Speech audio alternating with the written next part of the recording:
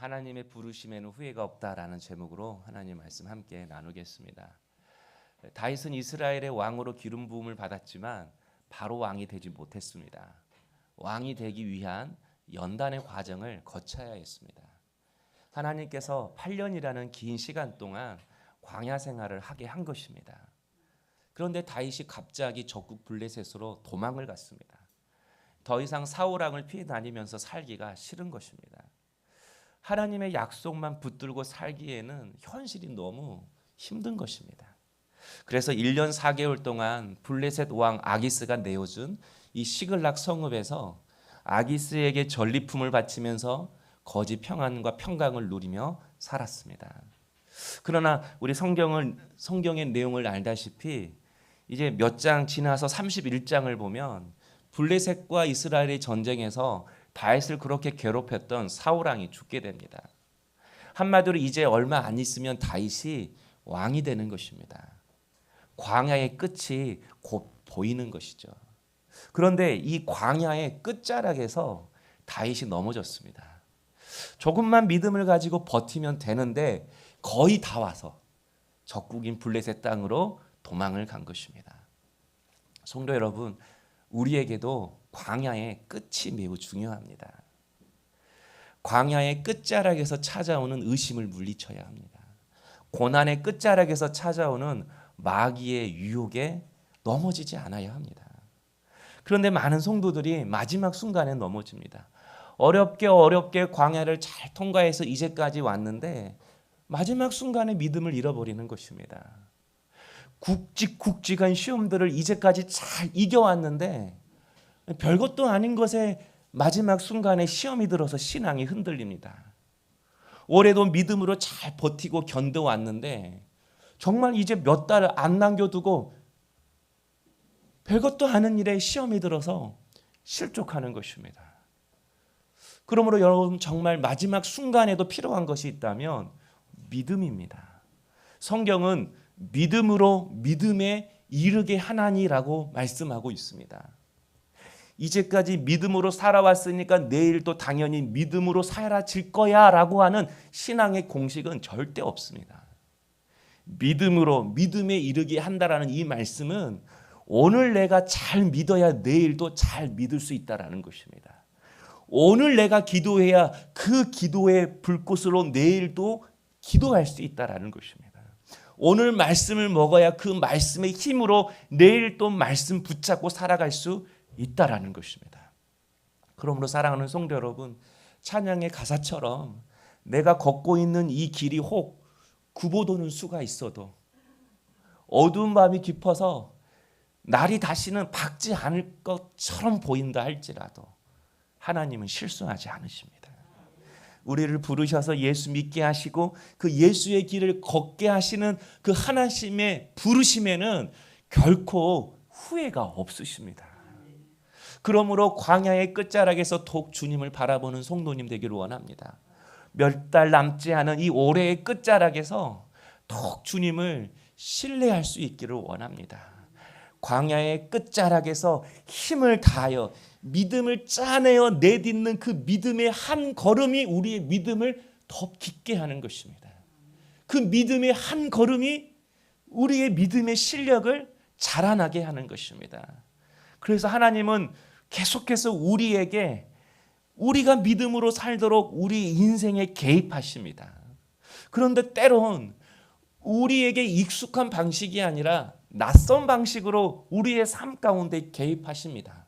내가 이렇게 기도했더니 하나님 이렇게 응답하셨다라고 하는 그런 은혜의 방식이 아니라 내가 생각하지도 못한 예기치 않은 그런 낯선 일들을 통해서 우리의 인생을 인도하시고 우리의 믿음을 굳건하게 하신다라는 것입니다. 오늘 말씀에 나오는 다윗에게도 그렇게 하셨습니다. 다윗이 1년 4개월 동안 이 시글락 성읍에서 평안하게 지내고 있을 때 갑자기 삶의 위기가 찾아왔습니다. 1절 말씀을 보면 블레셋과 이스라엘과의 큰 전쟁이 벌어졌습니다. 그런데 28장 우리 1절 지난 장 1절을 보면 블레셋 왕 아기스가 다윗을 이 전쟁에 참여를 시킵니다. 그리고 이 전쟁에서 네가 공을 세우면 내가 너를 평생 나의 경호대장으로 삼겠다라고 아기스가 다윗에게 약속을 합니다. 그러나 알다시피 다윗은 앞으로 이스라엘의 왕이 될 사람입니다. 만약 블레셋의 편에 서서 자기의 동족에게 칼을 겨눈다면 어떻게 나중에 백성들이 다윗을 왕으로 인정할 수 있겠습니까? 또 반대로 아기스의 요청을 거절한다면 이제 분명히 아기스의 의심을 살 것입니다. 그러면 1년 4개월 동안 평안하게 지냈던 그 블레셋 시글락 성읍에서 쫓겨나게 될 것입니다. 1년 4개월 동안 누렸던 그 거짓 평안과 기쁨과 즐거움이 다 깨지는 것입니다. 그리고 다시 도망자의 삶을 살게 되어야 하는 것이죠. 이처럼 다윗은 이러지도 못하고 저러지도 못하는 상황 가운데 처하게 되어 있습니다. 그러나 여러분, 다윗이 그 자리에 있어서 그런 것입니다. 하나님이 그런 것이 아니라 이러지도 못하고 저러지도 못하는 그 상황 속에 자기의 삶을 몸담고 있기 때문에 그렇습니다. 믿음의 결정을 내리면 내는데 그 결정을 내리지 않고 애매모호한 회색지대, 그 신앙의 중간지대에 자기의 발을 담고 있기 때문에 이렇게 매 순간 혼란스러운 것입니다. 그럼 여러분, 이것은 지금 하나님의 간섭입니다. 일이 꼬였다고 해서, 일이 생각대로 되지 않았다고 해서 모든 것이 마귀의 방해라고 생각해서는 안 됩니다. 나는 잘 살고 있는데 갑자기 고난이 찾아와서 내가 이런 어려움을 겪고 있다고 생각해서는 안 됩니다. 이것은 블레셋을 나오라는 하나님의 신호입니다. 거짓 평안, 그것으로 네 인생 만족할 수 없다라고 신호하시는 하나님의 신호인 것입니다. 그러면 지금 삶을 정리하면 됩니다. 복잡할 것이 하나 없습니다. 기도해 볼 것도 분별해 볼 것도 없습니다. 믿음의 자리로, 사명의 자리로 다시 돌아오면 되는 것입니다. 그렇다면 여러분도 정리하십시오. 여러분도 다시 은혜의 자리로 돌아오십시오. 믿음의 결단을 내리고 끊어야 할 자리에서 끊어내면 여러분, 우리의 삶 가운데 복잡할 것이 없는 것입니다. 그런데 여러분, 다윗이 이런 위기 속에서 어떤 결정을 내리죠? 2절에 보니까요, 다윗과 그의 사람들은 아기스와 함께 그 뒤에서 나아가더니, 다윗이 누구 뒤에 있어요? 아기스 뒤에 있습니다. 아기스 왕의 줄에 서 있습니다. 믿음의 결단을 내리지 않고 여전히 상황을 살피고 있습니다. 아기스 뒤에서 빠져나갈 길 없나 기회만 엿보고 있습니다. 아마 다윗도 처음에는 블레셋에서 사울이라는 소나기만 잠깐 피했다가 돌아오려고 생각했을 것입니다. 내가 잠시 동안만 블레셋에 있는 것이지 지금 이 급한 문제만 해결되면 나 다시 이스라엘로 돌아와서 예전처럼 그렇게 신앙생활 할 거야 라고 다윗도 그렇게 생각하고 블레셋으로 갔을 것입니다. 그런데 잠깐이지만 살기 위해서 몸부림치다 보니까 다윗도 어느새 블레셋처럼 변해버렸습니다. 잠깐 머물러 있었지만 다윗의 행동과 말과 그의 가치관에서 블레셋의 냄새가 나기 시작합니다. 그래서 여러분, 4절을 보면 블레셋 사람의 방백들이 그에게 노한지라라고 말씀합니다. 아기스가 다윗을 데려와서 이 전쟁에 다윗을 참여시키려고 하니까 다른 블레셋의 장수들이 불안해하는 것입니다. 혹시 전쟁 중에 다윗이 자신들을 배신할까 봐 다윗을 못 믿는 것입니다. 그래서 절대 다윗은 이 전쟁에 참여할 수 없다고 아기스 왕에게 이야기를 하는 것이죠. 그래서 7절에 보면요, 블레셋 왕 아기스가 다윗을 너 시글락 성읍으로 돌아가라 이렇게 이야기를 합니다. 여러분, 다윗의 고민이 한순간에 해결됐습니다. 깔끔하게 정리됐습니다. 이거 어떻게 사람의 방법으로 할 수 있는 거예요? 사람의 꾀로, 사람의 수로 이거 이렇게 풀어질 수 있는 거예요? 아니죠. 누가 봐도 하나님의 은혜입니다. 하나님께서 기가 막히게 길을 열어주신 것입니다. 피할 길을 열어주신 것입니다. 그렇다면 다윗이 이제 어떻게 해야 되죠? 어떻게 해야 되죠? 하나님의 신호임을 깨닫고 이스라엘로 돌아가야 하는 것이죠. 내가 더 이상 이곳에 살면 안 되겠다. 하나님의 마지막 신호다. 라고 깨닫고 믿음의 결단을 내려야 합니다. 그런데 여러분 8절을 한번 보실까요? 우리 8절 한번 같이 한번 읽어보겠습니다. 8절 다윗이 시작. 다윗이 아기스에게 이르되 내가 무엇을 하였나이까?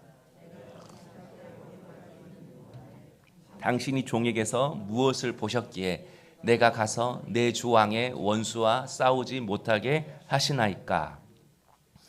여러분 지금 다윗이 연기를 하고 있습니다. 저를 지금 믿지 못하세요? 내가 이제까지 얼마나 당신을 위해서 충성하고 내 진심을 다 보여주었는데 아니 나를 믿지 못해서 이 전쟁에 참여시키지 않는 거예요. 속으로는 지금 좋아하잖아요. 속으로는 쾌재를 부리고 있잖아요. 근데 마치 전쟁에 못 나가서 실망하는 사람처럼 연기하고 있습니다. 연기 대상감이에요. 여러분은 세상 속에서 정말 믿음으로 사십니까? 믿음의 연기를 하고 사십니까? 여러분은 정말 신앙으로 몸부림치며 사십니까? 아니면 예수 흉내내고 사십니까? 뿐만 아니라 8절을 다시 보면요. 다윗이 아기스를 향하여서 내 주 왕이여라고 이야기를 합니다. 그리고 자신을 아기스에 뭐라고 표현해요? 종이라고 이야기합니다. 여러분 지금 블레셋은 이스라엘과 전쟁하기 위해서 아벡이라는 곳에서 진을 치고 있습니다. 그런데 이 아벡은 다윗이 살고 있는 시글락 성읍과 3일 거리입니다. 그렇다면 한번 생각해 보십시오. 아기스가 다윗에게 너 이 전쟁에 참여해라고 했을 때 다윗은 3일 거리를 걸어서 그 아벡까지 가야 했습니다. 여러분 사도행전 기억하시죠? 바울이 아소로 가는 길, 예루살렘으로 가야 될지 가지 말아야 할지 다윗은 그 아소로 가는 그 길을 혼자 걸어갑니다. 그리고 거기서 내가 환란이 있는 예루살렘으로 갈 것인가 환란이 없는 다른 곳으로 갈 것인가 고민을 했습니다. 다윗도 지금 아벡으로 가는 그 3일 길 속에서 어떤 생각을 했을까요? 물론 고민했을 것입니다. 그러나 분명히 기도했을 것입니다. 하나님께 기도했을 것입니다. 하나님만이 내 길을 열어주시는 구원자라고 피할 길을 열어주시는 인도자라고 내 길을 열어달라고 기도했을 거예요. 그런데 아기스 왕 앞에서는 뭐라고 이야기하죠? 내 주 왕이여라고 이야기해요. 예배 시간을 마치 하나님만이 왕이고 하나님의 말씀대로만 살 것처럼 말하지만 아기스 왕 앞에서는 당신이 왕이라고 이야기를 합니다. 내게 조금만 이익이 되고 내게 유익을 주고 내게 도움을 주는 사람이라면 간이고 쓸개고 다 바쳐서 내 왕이라고 섬기며 우리가 살아갈 때가 많이 있습니다. 이처럼 다윗은 블레셋에서 사는 동안에 자신이 원하는 것을 얻기 위해서는 내내 거짓말을 하며 살았습니다. 아말렉을 쳐서 전리품을 빼앗고 그 전리품을 아기스 왕에게 바칠 때 자기 동족 이스라엘을 쳐서 이 전리품을 드린다고 거짓말했습니다. 그리고 그 거짓말이 들통나지 않기 위해서 또 거짓말을 한 거죠. 그리고 자신의 거짓말이 탄로나지 않기 위해서 전리품을 약탈한 그 모든 족속들을 한 사람도 남김없이 다 학살해버립니다. 거짓말을 해요. 거짓말을 감추기 위해 또 거짓말을 해요. 그러니까 여러분 거짓말도요 똑똑한 사람이 하더라고요. 똑똑한 사람. 3개, 4개, 5개까지 이어서 거짓말을 해야 되니까. 그리고 그 거짓말을 감추기 위해서 학살까지도 하는 다윗의 모습을 볼 수 있습니다. 자기 평안 얻기 위해서, 아기스 신임 얻기 위해서. 이게 누구의 삶의 방식이죠? 블레셋에 살아가는 방식입니다. 세상이 추구하는 삶의 방식인 것입니다. 다윗은 블레셋에 잠깐 머물렀어요. 그런데 그 사이에 다윗이 변한 것입니다.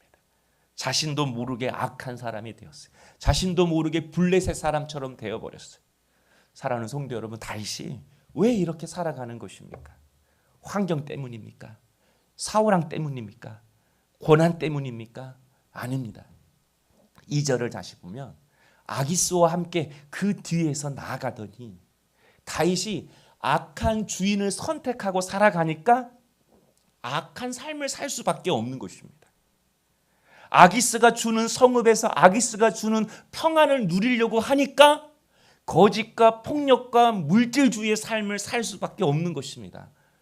여러분, 우리도 마찬가지입니다. 우리도 주인을 누구로 선택하느냐에 따라서 우리의 삶이 바뀌는 것입니다.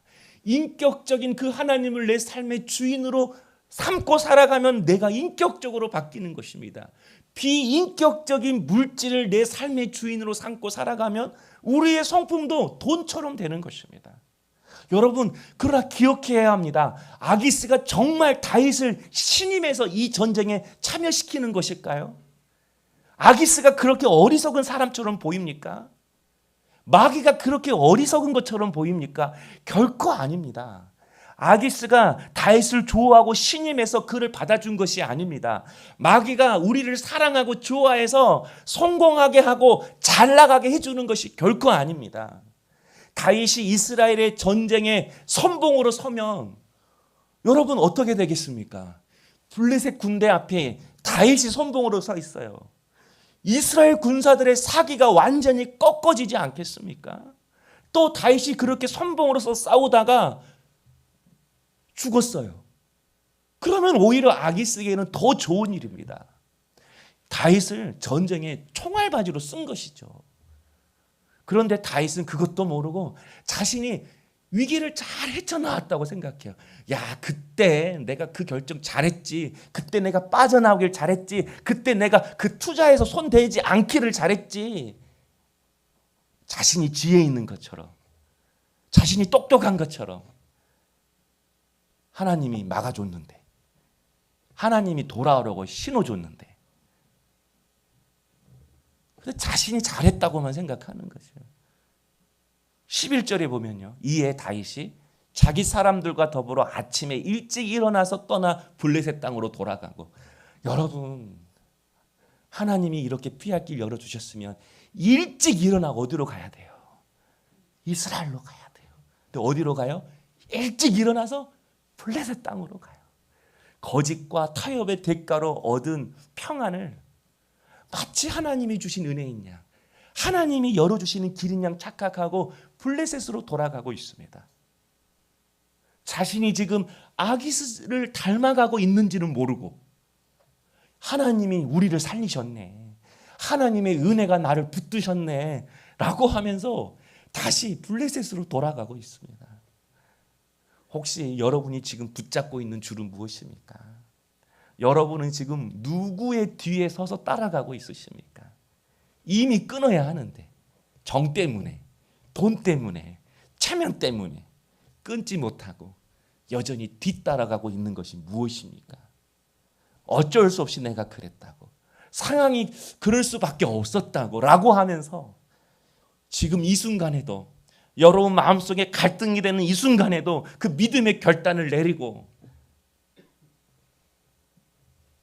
미루고 있는 그 믿음의 결단은 무엇입니까? 사랑하는 성도 여러분, 우리가 편안하게 사는 것, 누리며 사는 것이 결코 죄는 아닙니다. 그러나 그렇다고 해서 내가 안락하게 사는 것, 내 자식들이 고생하지 않고 사는 것, 내가 편안하게 사는 것, 그것이 결코 우리의 삶의 목적은 될 수 없습니다. 들불이 아무리 아름답다고 해서 나는 들불 중에 가장 아름다운 들불이 될 거야 라고 하는 것이 우리 존재의 목적이 될 수 없습니다. 하나님은 우리를 들불 중에서 가장 아름다운 들불로 만들려고 우리를 지으지 않으셨습니다. 하나님은 우리와 벗하기를 원하십니다. 이사야서 41장 8절에 내가 택한 야곱아, 나의 벗 아브라함아, 나의 벗 아브라함아. 하나님은 단지 우리를 종으로, 말만 하면 복종하는 로봇으로 우리를 만드시지 않으셨습니다. 하나님은 우리와 함께 마음을 나누고 함께 생각을 나누고 함께 마음을 나눔으로 함께 당신의 놀라운 그 광대한 역사를 펼쳐나갈 동역자로 친구로 우리를 만드시고 빚으신 것입니다. 그래서 하나님의 계획은 우리를 하나님과 버타는 수준으로 빚으시는 것입니다. 하나님과 함께 마음을 나눌 수 있는 그 수준으로 우리를 다듬어 가시는 것입니다. 난 당신하고 수준이 안 돼서 말 못하겠어. 그럼 그건 하나님의 방식이 아니에요. 여러분이 그 자리에 내려가서 같은 믿음의 수준으로 올라와서 같은 하나님의 마음을 품고 같은 꿈을 향하여 갈 수 있도록 주님이 이 땅에 내려오셔서 우리를 하나님의 자녀라는 그 자리로 올리셨듯이 우리의 삶도 매일매일 낮아져서 그 한 사람 한 사람을 생명의 자리로, 은혜의 자리로, 하나님의 동역자의 자리로 끌어올리는 것이 바로 우리의 소명이고 우리의 사명이는 것입니다. 그래서 하나님이 우리 인생에도 개입하시는 것입니다. 정말 쉽게 말하면 좋은 말로 듣지 않을 때에는 낯선 방식으로 하나님이 우리의 삶에 개입하신다라는 거예요. 그래서 사무엘상 30장 1절을 보면 아말렉 사람이 이미 네겝과 시글락을 침노하였는데 그들이 시글락을 쳐서 불사르고, 다윗이 전쟁에 참여하려고 시글락을 비우는 그 순간 아말렉이 시글락을 공격했습니다. 그리고 다윗과 그 부하들의 모든 처자식들을 다 포로로 끌고 갔습니다. 여러분, 이게 하나님이 개입하시는 방법이에요. 어떻게 알 수 있죠? 처자식들을 죽이지 않았거든요. 아말렉은 아말렉 전리품 빼앗고 처자식들 다 죽였잖아요. 그런데 아말렉은 전리품도 빼앗고 처자식들도 데려가고, 하나님이 아말렉의 공격을 허용하셨지만 그들의 생명은 손대지 못하게 하셨습니다. 성도 여러분, 이때 다윗을 따랐던 다윗의 부하들의 반응이 무엇이죠? 6절에 보니까 백성들의 자녀들 때문에 다윗을 돌로 치자고 하니, 여러분, 다윗과 함께한 그 600명의 군사들이 어떤 사람들입니까? 오갈 데 없는 사람 다윗이 받아준 사람입니다. 다윗이 거두어준 사람들입니다. 이제까지 생사고락을 함께한 사람들입니다. 그런데 자신들에게 어려움이 생기니까, 자기 처자식들에게 어려움이 생기니까 다윗을 향하여 돌을 들어서 죽이려고 합니다. 이들이 왜 이러는 거죠? 답은 간단합니다. 그들도 자신의 주인이 따르는 모습처럼 행동하는 것입니다. 다윗의 아기스 따르니까, 그래서 다윗이 아기스 닮아가니까 그들도 아기스를 닮아가는 그런 다윗을 닮아가는 것입니다. 여러분, 부모의 가치관대로 자녀들은 닮아가는 것입니다. 누구 뱃속에서 난 거야? 누구 종자야? 누구 씨야? 여러분 겁니다. 다른 데서 보고 배운 거 아닙니다. 그런데 여러분, 이 일로 다윗이 하나님을 찾게 됩니다. 30장 6절에 보니까 다윗이 크게 다급하였으나 그의 하나님 여호와를 힘입고 용기를 얻었더라. 여러분, 다윗의 부하들이 배신했습니다. 다윗도 처자식을 빼앗겼습니다. 이제까지 모아두었던 모든 약탈물까지 빼앗겼습니다. 그런데 이 일로 다윗이 하나님을 다시 의지하게 되었습니다. 뿐만 아니라 처자식도 빼앗기고 약탈물도 빼앗겼고 믿었던 사람들로부터 돌에 맞을 뻔해서 죽을 뻔했는데 이 일을 통해서 블레셋의 삶을 청산하게 됩니다. 또 아비아달에게 에봇을 가지고 오라고 해서 하나님께 묻습니다. 뭐든지 기도로 시작하는 다윗의 모습이 점점 회복되어집니다. 그러므로 여러분의 삶에 원치 않는 일이 일어났다면, 누군가가 나에게 돌을 던지려고 하고 있다면, 여러분, 그것은 또 다른 하나님의 은혜입니다. 또 다른 하나님의 사랑의 표현인 것입니다. 여러분, 그 낯선 일들을 통해 자신이 지금 누구를 따르고 있는지 점검해 보십시오. 내가 지금 누구의 줄을 붙잡고 살아가고 있는지 살펴보십시오. 내가 떠나야 할 곳이 어디이고 내가 끊어야 할 줄이 무엇인지를 분별해 보십시오. 그리고 그 낯선 일들을 통하여 하나님께로 다시 돌아오는 우리 성도님 될 수 있기를 주의 이름으로 축복합니다. 지금 우리나라뿐만 아니라 전 세계가 경제적으로 흔들리고 있습니다. 빅 스텝, 자이언트 스텝 그렇게 이야기하죠. 미국이 금리를 인상하니까 우리나라 금리도 솟고 있습니다. 그래서 대출받은 사람들이 그 이자 때문에 굉장히 힘들어하는 거죠. 집을 구했던 사람들도 어떤 사업을 하기 위해서 대출을 받았던 사람들도 자꾸 금리가 솟으니까 미국이 올라가니까 한국도 그렇게 올라갈 수밖에 없는 것이죠. 그래서 사람들이 내년에는 정말 힘든 한 해라고 이야기를 합니다. 그런데 저는 내년이 정말 힘들다 이 말을 수십 년째 듣고 있습니다. 아니에요 목사님, 내년에는 정말 힘들어요. 작년에도 그렇게 말씀하신 분들 많이 있습니다. 그럼 묻고 싶습니다. 여러분의 왕은 누구이십니까? 예수 그리스도. 여러분의 인도자는 누구이십니까? 빨리 말하세요. 여러분의 공급자는 누구십니까? 이 정도예요, 이 정도. 이 정도 확신 가지고 사니까 내년에는 정말 힘들어요. 무슨 일만 생기면 정말 죽겠어요. 여러분의 피난처는 누구이십니까? 예수 그리스도. 여러분의 반석은 누구십니까? 여러분의 인도자는 누구십니까? 여러분을 살리실 분은 누구십니까? 여러분을 치료할 분은 누구십니까? 여러분 정말 내가 아는 것과 믿는 것이 하나가 되어야 합니다. 여러분의 주인을 확실하게 정하지 않으면 항상 돌 던지며 살 것입니다. 당신이 그렇게 해서 내가 하지 말라겠지. 당신 때문에 이렇게 힘들잖아. 남 탓하며 살 것입니다. 청소년 사역을 잘하셨던 홍민기 목사님, 탱크 목사님이라고 유명한 목사님이 계십니다. 그분이 부산 호산나 교회라는 큰 교회 담임 목사로 갔는데 쉽게 말하면 쫓겨나다시피 해서 쫓겨나왔습니다. 그리고 부산에서 새롭게 개척을 했습니다. 근데 그 홍민기 목사님이 미국에 있는 아버지에게 전화를 했대요. 아버님도 목사님인데 아버지한테 이렇게 했대요. 아버지, 계획대로 되는 것이 없어서 미치겠어요. 내 생각대로 되는 것이 없어서 정말 죽고 싶어요. 그런데 아버지가 그랬대요. 야, 계획대로 되는 게 없어서 나 정말 감사하다. 그 말을 듣고 깨달았대요. 내 계획대로 안 되고 있다면 지금 하나님의 계획대로 되어가고 있구나. 아멘. 그런 믿음의 삶의 생각의 구조를 가지고 살아갈 사람이 우리라는 것입니다. 성도 여러분, 바로 이것이 예수를 주님으로 믿고 살아가는 그리스도인의 고백이 되어야 하지 않을까요? 혹시 여러분도 계획대로 되지 않아서 미치겠습니까? 죽겠습니까? 지금 다윗의 심정이 그래요. 그러나 그 계획대로 안 되는 일 때문에 다윗이 블레셋을 떠났습니다.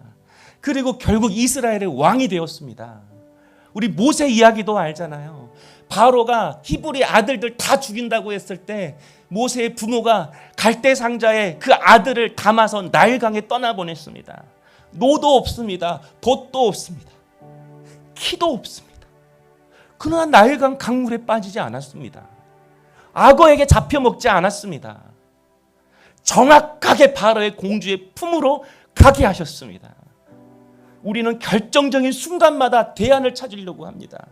힘든 순간마다 기도하지는 않고 인간의 최선을 다하려고 합니다. 여러분 안에서 최선을 다해 보십시오. 결국 사울되는 것입니다. 기도하는 중에도 무슨 생각이 떠오르면 자신의 뜻대로 돛을 올리고 손에 키를 쥐고 노를 지으려고 합니다. 그래서 사울이 그렇게 된 것입니다. 그러나 힘들수록 앞이 보이지 않을수록 여러분 돛을 올리지 말아야 합니다. 여러분의 키를 붙잡지 말아야 합니다. 노를 젓지 말아야 합니다. 여러분에게 잔인한 말로 들릴 수 있을 것입니다.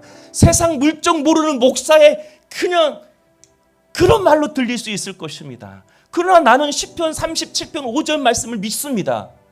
내 길을 여호와께 맡기라. 그를 의지하면 그가 이루시고 여러분 제 말을 믿는 게 아닙니다. 하나님 말을 믿는 것입니다. 하나님이 키도 돛도 노도 지금 내 손에 쥐어주지 않았다면 하나님 바라보는 것입니다. 하나님 더 신뢰하는 것입니다. 매일매일 주시는 말씀에 그냥 나를 맡기는 것입니다. 말씀이 도시고 말씀이 키고 말씀이 동력이 되고 말씀이 힘이 되어서 그 말씀이 나를 이끄는 대로 그냥 하루하루 살아가는 것입니다. 도대체 뭘 알고 싶습니까? 어떻게 되는 것이 여러분이 가장 좋은 것이라고 생각하십니까? 다윗은 그렇게 생각해서 블레셋으로 갔던 것입니다. 그러나 하나님은 다윗을 가장 좋은 길로, 가장 완전한 길로 인도해 주셨습니다. 다윗을 인도하신 그 하나님의 인도하심, 그 하나님의 부르심에는 결코 후회가 없으십니다. 실수도 없으십니다. 우리 물된 동산교회 성도 여러분, 내년에도 우리 물된 동산교회가 또 앞을 알 수 없는 그 길을 헤쳐나가야 합니다. 지금 제 손에 돛도 키도 노도 없습니다. 그냥 나도 내년에 하나님의 말씀 앞에 그냥 교회를 맡기려고 합니다. 우리 모두 우리의 인생, 우리의 교회, 우리의 삶, 내 자녀를 하나님 손에 내어 맡기는 우리 복된 성도님 될 수 있기를 주의 이름으로 축복합니다.